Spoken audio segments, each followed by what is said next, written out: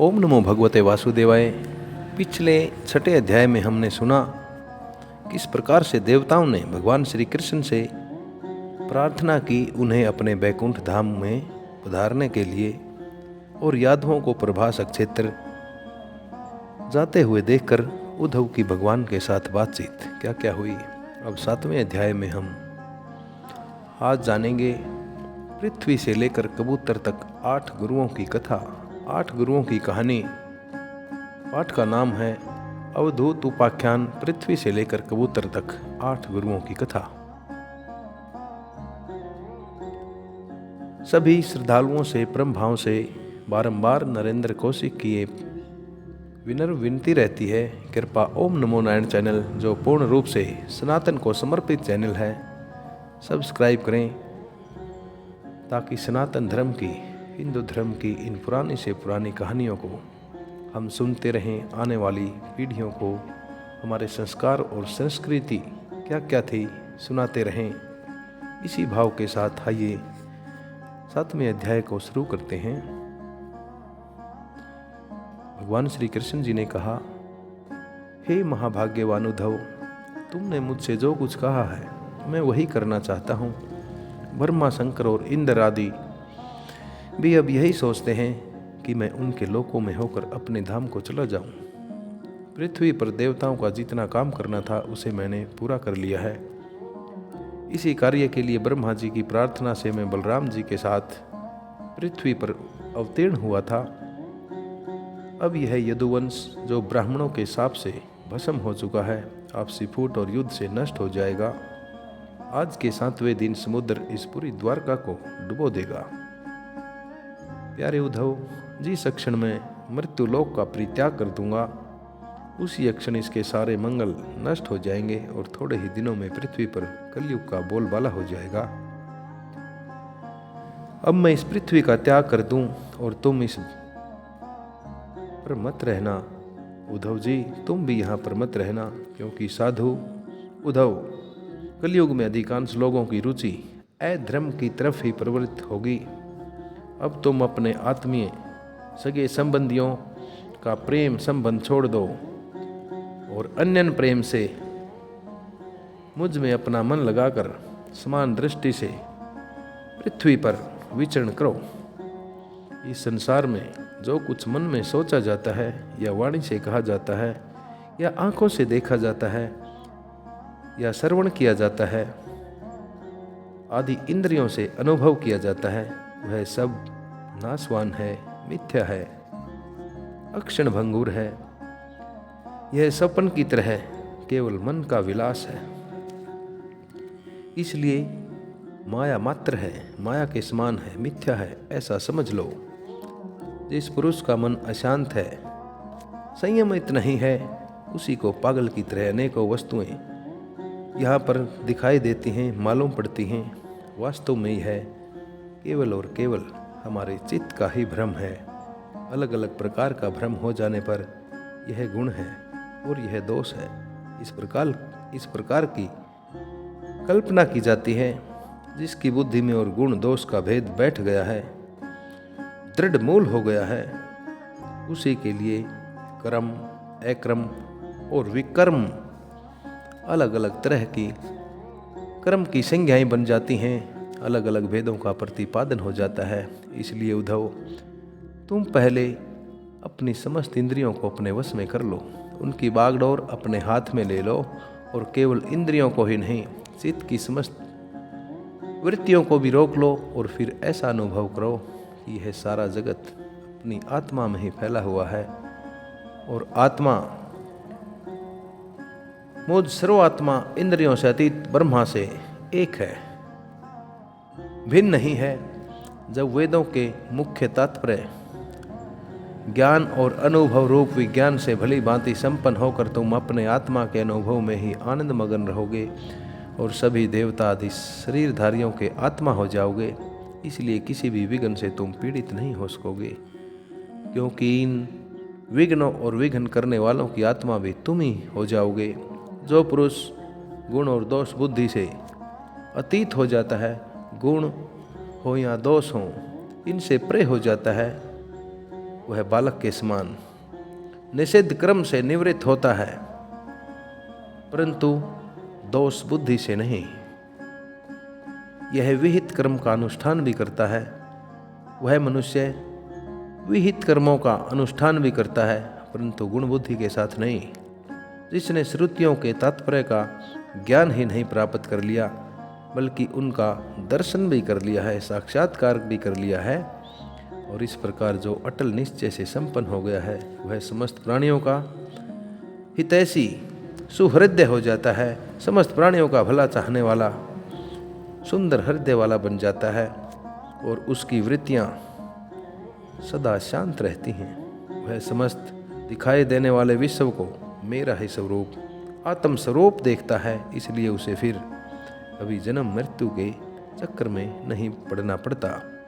कहने का भाव यह है, भगवान श्री कृष्ण जी जब पृथ्वी लोक से लौटने की तैयारी में होते हैं तो उद्धव जी से कहते हैं कि मनुष्य के चित्त के अनुसार ही मुझे क्या कर्म करने चाहिए, क्या नहीं करने चाहिए, क्या गुण है, क्या दोष है।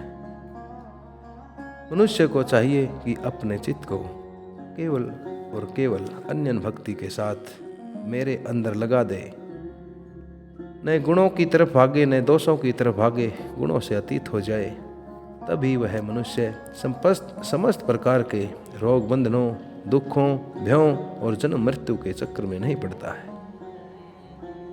सुखदेव मुनि जी कहते हैं, परीक्षित, जब भगवान श्री कृष्ण ने इस प्रकार आदेश दिया, तब भगवान के परम प्रेमी उद्धव जी ने उन्हें प्रणाम करके तत्व ज्ञान की प्राप्ति की इच्छा के साथ ये प्रश्न किया।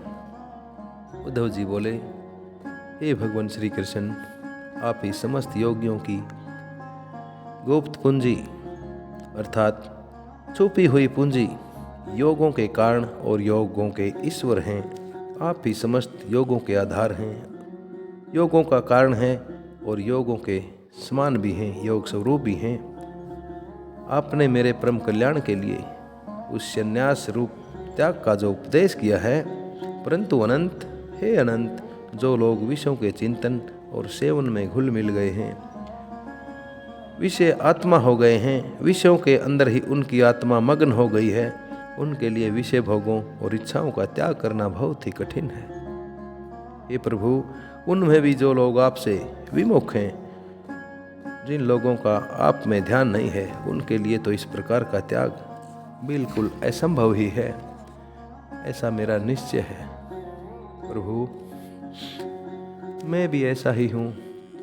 मेरी बुद्धि इतनी मूढ़ हो गई है, मूर्ख हो गई है कि यह मैं हूँ, यह मेरा है। इस भाव से मैं आपकी माया के खेल, देह और देह के संबंधी अर्थात आपकी माया के खेल के अंदर मेरा शरीर और शरीर के संबंधी स्त्री, पुत्र, धन आदि में डूब रहा है। अतः भगवान, आपने जिस संन्यास का उपदेश किया है, उसका तत्व मुझ सेवक को इस प्रकार समझाइए कि मैं बड़ी आसानी के साथ उसको अपना सकूं। मेरे प्रभु, आप भूत, भविष्य और वर्तमान इन तीनों कालों से न बाधित होने वाले एक रस सत्य हैं। आप दूसरे के द्वारा प्रकाशित नहीं होते, बल्कि खुद ही स्वयं प्रकाश आत्म स्वरूप हैं। प्रभु, मैं समझता हूँ कि मेरे लिए आत्म तत्व का उपदेश करने वाला आपके अतिरिक्त देवताओं में भी कोई नहीं है। ब्रह्मादि जितने बड़े बड़े देवता हैं, वे सभी भी शरीर का स्वाभिमानी होने के कारण उसकी माया से मोहित हो रहे हैं। उनकी बुद्धि माया के वश में हो गई है। यही कारण है कि वे इंद्रियों से अनुभव किए जाने वाले ब्रह्मा, इंद्रियों के अनुभव से जाने जाने वाले बाह्य विषयों को ही सत्य मानते हैं। इसलिए मुझे तो आप ही उपदेश कीजिए। भगवान, इसी से चारों ओर से दुखों की दावाग्नि से झलकर और विरक्त होकर मैं आपकी शरण में आया हूँ। निर्दोष देश काल से अप्रच्छिन्न अर्थात निर्दोष देश और समय से अलग, सब कुछ जानने वाले, सर्वशक्तिमान और अविनाशी बैकुंठ लोक के निवासी एवं नरक के हे नित्य सखा नारायण हैं। अतः आप ही मुझे उपदेश कीजिए। उद्धव जी कहते हैं कि हे प्रभु, आप ही बैकुंठ के निवासी हैं, नरक से परे, सब कुछ जानने वाले, सर्वशक्तिमान, सभी देश और कालों से अभिन्न, आप ही मुझे उपदेश कीजिए। भगवान श्री कृष्ण ने उद्धव जी से कहा, हे उद्धव, संसार में जो मनुष्य है, यह जगत क्या है, इसमें क्या हो रहा है, इत्यादि बातों का विचार करने में निपुण हैं। वे चित्त में भरी हुई अशुभ वासनाओं से अपने आप को स्वयं अपनी विवेक शक्ति से ही प्राय बचा लेते हैं। समस्त प्राणियों का, विशेषकर मनुष्य का आत्मा अपने हित और अहित का उपदेशक गुरु है, क्योंकि मनुष्य अपने दिखाई देने वाले अनुभव और अनुमान के द्वारा अपनी भलाई और बुराई का निर्णय करने में पूर्णतः समर्थ है। सांख्य योग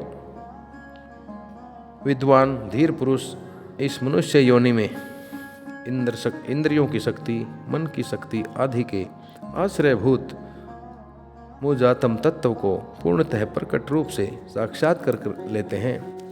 मैंने 1 पैर वाले, 2 पैर वाले, 3 पैर वाले, 4 पैर वाले, 4 से अधिक पैर वाले और बिना पैर के इत्यादि अनेक प्रकार के शरीरों का निर्माण किया है।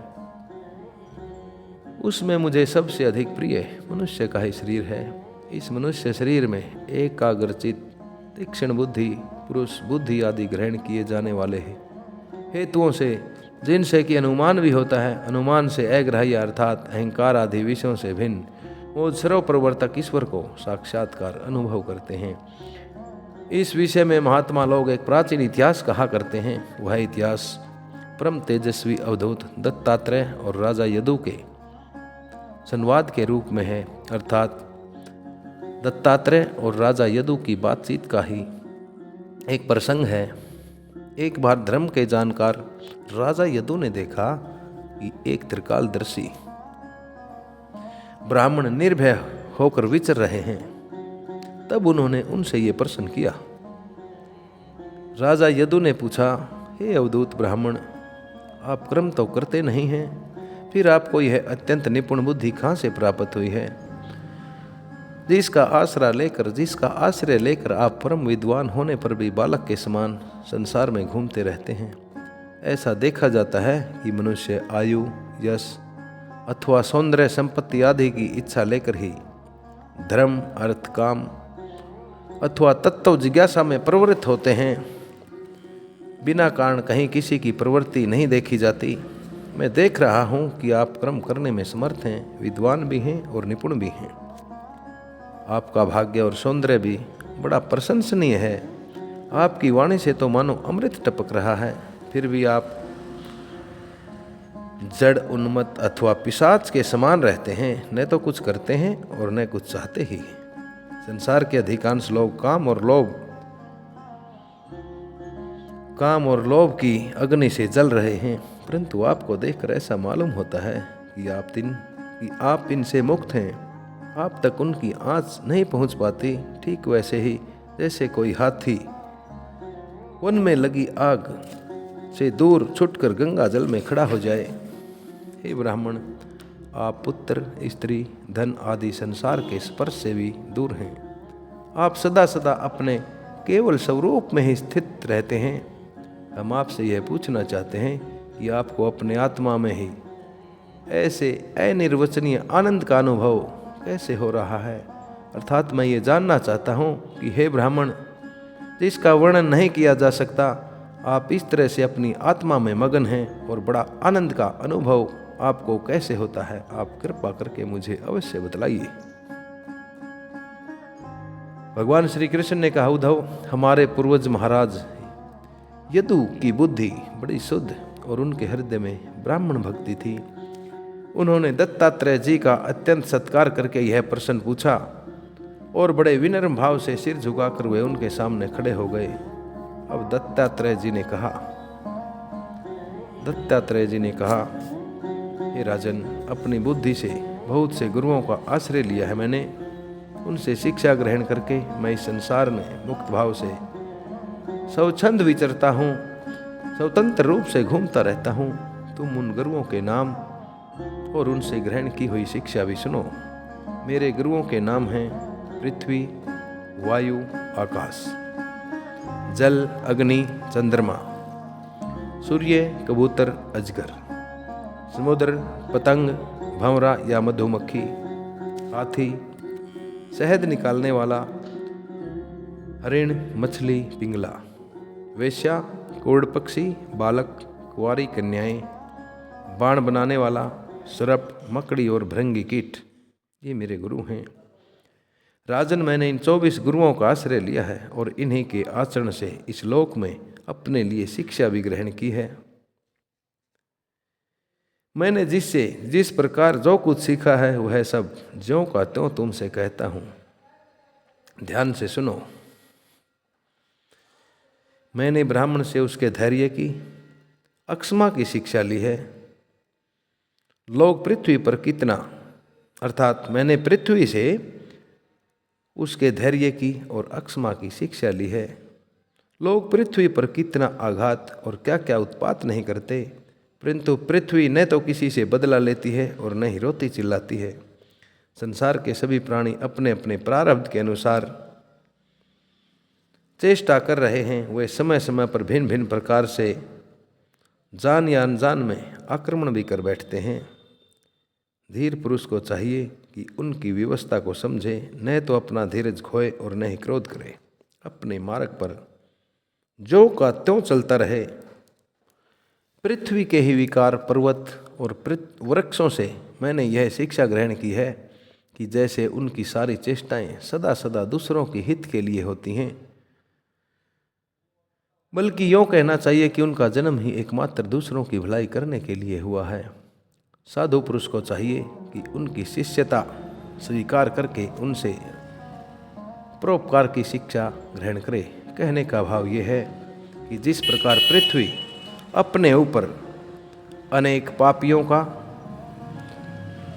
क्रोधकर्ताओं का, दानवी प्रवृत्तियों के मनुष्यों से कभी अक्षुब्ध नहीं होती, बल्कि बड़े धीर स्वभाव के साथ उनके भार को सहन करती है, तथा पृथ्वी पर जैसे पर्वत और वृक्ष पैदा हुए हैं, वृक्ष अपना फल और छाया खुद न खाकर दूसरों के लिए ही देते हैं, ठीक उसी प्रकार हमें इनसे सीखना चाहिए धैर्य का पाठ,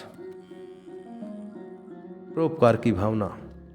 मैंने शरीर के भीतर रहने वाले वायु और प्राणवायु से ये शिक्षा ग्रहण की है कि जैसे वह आहार मात्र की इच्छा रखता है और उसकी प्राप्ति से ही संतुष्ट हो जाता है, वैसे ही साधक को भी चाहिए कि जितने से उसका जीवन निर्वाह हो जाए उतना ही भोजन करे। इंद्रियों को तृप्त करने के लिए बहुत से विषय न कहे, संक्षेप में उतने ही विषयों का उपयोग करना चाहिए जिनसे बुद्धि विकृत न हो, मन चंचल न हो और वाणी व्यर्थ की बातों में नहीं लगे। शरीर के बाहर रहने वाले वायु से मैंने यह सीखा है कि जैसे वायु को अनेक स्थानों में जाना पड़ता है, परंतु वह कहीं भी नहीं ठहरती, एक जगह कहीं भी आसक्त नहीं होती, कहीं भी अपने एक जगह नहीं रुकती, किसी का भी गुण या दोष वह नहीं अपनाती। उसी तरह से साधक पुरुष को भी आवश्यकता होने पर अलग अलग प्रकार के धर्म और अलग अलग प्रकार के स्वभाव वाले विषयों में जाए, परंतु अपने लक्ष्य पर स्थिर रहे। किसी के गुण या दोष की ओर न झुक जाए, किसी से आसक्ति न करे और किसी में द्वेष न ढूंढे। गंध वायु का गुण नहीं होता, बल्कि पृथ्वी का गुण है, परंतु वायु को गंध का वहन करना पड़ता है, अर्थात वायु गंध को अपने अंदर मिला लेती है। ऐसा करने पर भी वायु शुद्ध ही रहता है, गंध से उसका संपर्क नहीं होता। ठीक वैसे ही साधक का जब तक इस पार्थिव शरीर से संबंध है, तब तक उसे इसकी व्याधि, पीड़ा, भूख, प्यास आदि का भी वहन तो करना पड़ता है, परंतु अपने को शरीर नहीं आत्मा के रूप में ही देखना चाहिए। अपने आप को आत्मा रूप में देखने वाला साधक शरीर और उसके गुणों का आश्रय होने पर भी उनसे सदा दूर रहता है, उनसे सदा निर्लिप्त रहता है। साधक को शरीर अपना न मानकर आत्मा को अलग ही समझना चाहिए। राजन, जितने भी घट-मठ अर्थात मिट्टी से बनने वाले घड़े आदि पदार्थ हैं, वे चाहे स्थिर हों या अस्थिर हों, चल हों या अचल हों, उनके कारण भिन्न भिन्न दिखाई देने पर भी वास्तव में आकाश एक और अखंड ही है। वैसे ही चर अचर जितने भी सूक्ष्म और स्थूल शरीर हैं, उनमें आत्मा रूप से प्रत्येक स्थान सर्वत्र स्थित होने के कारण ब्रह्मा सभी में है। साधक को चाहिए कि सूत के मणियों में व्याप्त सूत के समान आत्मा को अखंड और असंग रूप से ही देखे, अर्थात आत्मा को इन सभी से अलग ही देखे।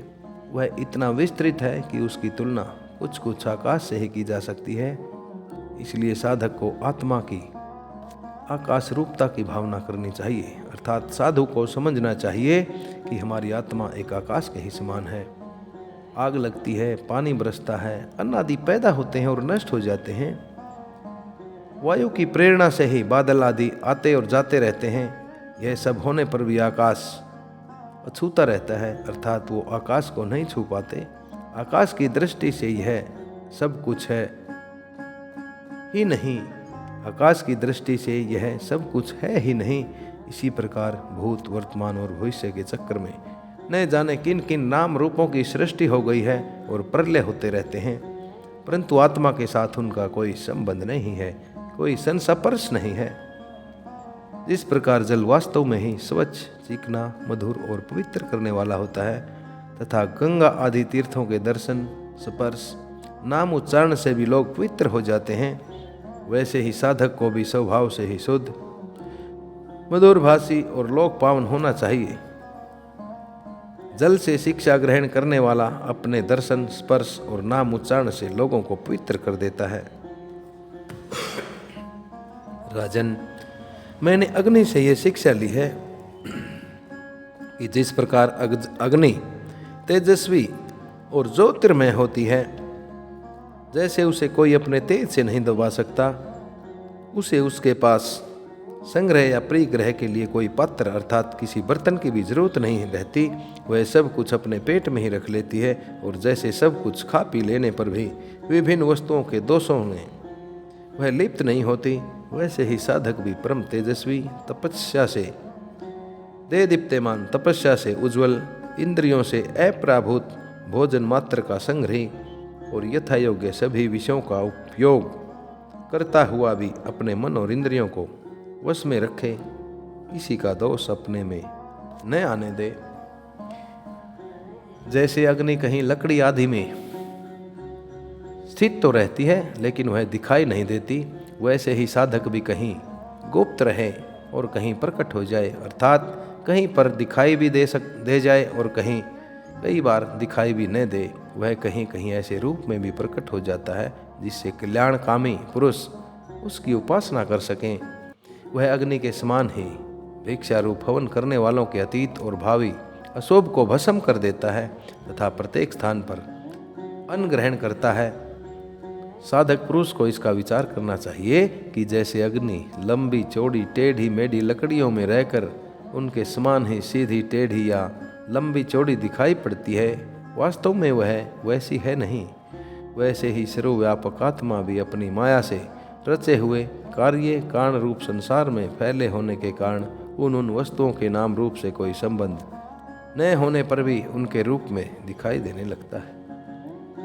मैंने चंद्रमा से यह शिक्षा ग्रहण की है, यद्यपि जिसकी गति नहीं जानी जा सकती, उस समय के प्रभाव से चंद्रमा की कलाएं घटती बढ़ती रहती हैं, फिर भी चंद्रमा तो चंद्रमा ही है। चंद्रमा न तो घटता है और न ही बढ़ता है। वैसे ही जन्म से लेकर मृत्यु पर्यंत जितने भी शरीरधारियों की अवस्थाएं हैं, वे अवस्थाएं सब शरीर की हैं, आत्मा की नहीं। आत्मा का उनसे कोई संबंध नहीं है। जैसे आग की लपट या दीपक की लो अक्षण में उत्पन्न और नष्ट होती रहती है, उनका यह क्रम लगातार चलता रहता है परंतु दिखाई नहीं पड़ता। वैसे ही जल प्रवाह के समान वेगवान काल के द्वारा अक्षण अक्षण में प्राणियों के शरीरों की उत्पत्ति और विनाश होते रहते हैं, परंतु अज्ञानवश वह दिखाई नहीं पड़ता। राजन, मैंने सूर्य से ये शिक्षा ग्रहण की है कि जैसे वे अपनी किरणों से पृथ्वी के जल को खींचते हैं और समय पर उसे वर्षा भी देते हैं, वैसे ही योगी पुरुष इंद्रियों के द्वारा समय पर विषयों का ग्रहण करता है और समय आने पर उनका त्याग भी कर देता है, उनका दान भी कर देता है। किसी भी समय उसे इंद्रियों के किसी भी विषय में आसक्ति नहीं होती। स्थूल बुद्धि पुरुषों को जल के भिन्न भिन्न बर्तनों में दिखाई देने वाले सूर्य उन्हीं में प्रविष्ट सा होकर भिन्न भिन्न दिखाई पड़ता है, परंतु इससे सूर्य अनेक नहीं हो जाते। वैसे ही चल और अचल उपाधियों के भेद से ऐसा जान पड़ता है कि प्रत्येक व्यक्ति में आत्मा अलग अलग है, परंतु जिनको ऐसा मालूम होता है उनकी बुद्धि मोटी है।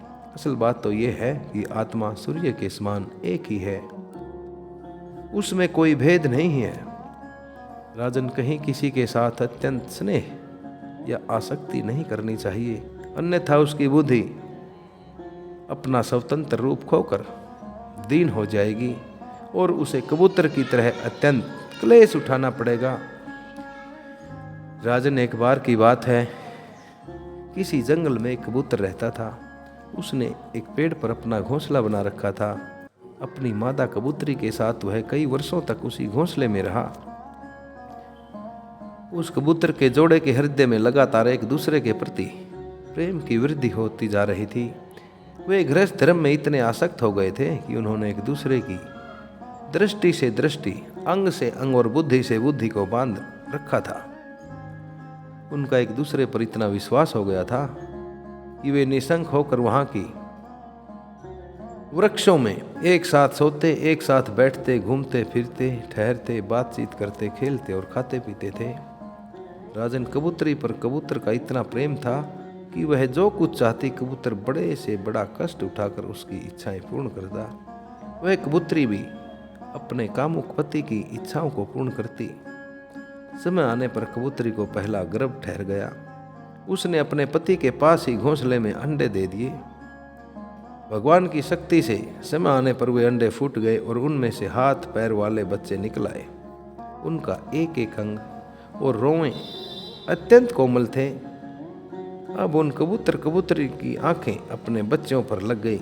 वे बड़े प्रेम और आनंद से अपने बच्चों का लालन पालन, लाड प्यार करते और उनकी मीठी मीठी बातें, उनकी गुटर गुण सुनकर बहुत आनंद मगन हो जाते। बच्चे तो सदा सदा प्रसन्न रहते ही हैं।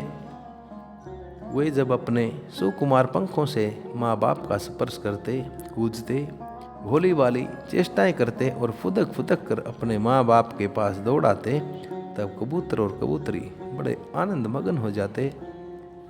राजन, सच पूछो तो वे कबूतर कबूतरी भगवान की माया से मोहित हो रहे थे। उनका हृदय एक दूसरे के स्नेह बंधन से बंध रहा था। वे अपने नन्हे नन्हे बच्चों के पालन पोषण में इतने लीन रहते थे कि उन्हें दीन दुनिया, लोक परलोक की कोई याद नहीं रहती थी। एक दिन दोनों नर और मादा अपने बच्चों के लिए चारा लाने जंगल में गए हुए थे। क्योंकि अब उनका परिवार बहुत बढ़ गया था, वे चारे के लिए लंबे समय तक जंगल के चारों ओर घूमते रहते थे। इधर एक बहेलिया घूमता घूमता संयोगवश उनके घोंसले की ओर आ गया।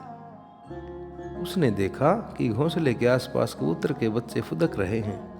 उसने जाल फैलाकर उन्हें पकड़ लिया। कबूतर कबूतरी बच्चों को खिलाने पिलाने के लिए हर समय उत्सुक रहा करते थे। अब वे चारा लेकर अपने घोंसले के पास आए। कबूतरी ने देखा कि उसके नन्हे नन्हे बच्चे, उसके हृदय के टुकड़े जाल में फंसे हुए हैं और दुख से वे चें चें कर रहे हैं। उन्हें ऐसी स्थिति में देखकर कबूतरी के दुख की कोई सीमा नहीं रही। वह रोती चिल्लाती उनके पास दौड़ गई। भगवान की माया से उनका चित्त अत्यंत दिन दुखी हो रहा था। वह उमड़ते हुए प्यार की रस्सी से जकड़ी हुई थी, स्नेह की रस्सी से जकड़ी हुई थी। अपने बच्चों को जाल में फंसा देखकर उसने अपने शरीर की भी सूध बूध न रही और वह स्वयं ही जाकर जाल में फंस गई। जब कबूतर ने देखा कि मेरे प्राणों से भी प्यारे बच्चे जाल में फंस गए और मेरी प्राण प्रिया पत्नी भी उसी दिशा में पहुंच गई है, तब वह अत्यंत दुखी होकर विलाप करने लगा। सचमुच उस समय उसकी दशा अत्यंत दयनीय थी। मैं अभागा हूँ, मैं दुर्मति हूँ, हाय हाय मेरा तो सत्यानाश हो गया। देखो देखो, न मुझे अभी तृप्ति ही हुई, न ही मेरी आशाएं ही पूरी हुई।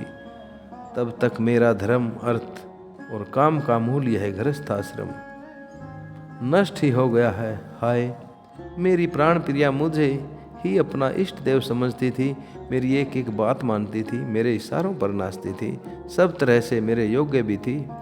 आज वह मुझे इस सुने घर में छोड़कर हमारे सीधे साधे निश्चल बच्चों के साथ स्वर्ग सिधार रही है, मरने जा रही है। मेरे बच्चे मर गए, मेरी पत्नी जाती रही, मेरा भी संसार में क्या काम है। मुझ दिन का यह विदुर जीवन, मुझ दिन दुखिया का यह जीवन, बिना पत्नी और बिना बच्चों के व्यथा का जीवन है, बड़े दुख का जीवन हो गया है। अब मैं इस सोने घर में किसके लिए जीऊं। राजन कबूतर के बच्चे जाल में फंसकर तड़फड़ा रहे थे। स्पष्ट दिखाई दे रहा था कि वे मौत के पंजे में हैं, परंतु वह मूर्ख कबूतर यह सब कुछ देखते हुए भी इतना दीन हो रहा था कि स्वयं जानबूझकर जाल में कूद पड़ा। राजन वह बहेलिया बड़ा क्रूर था, बड़ा दुष्ट था।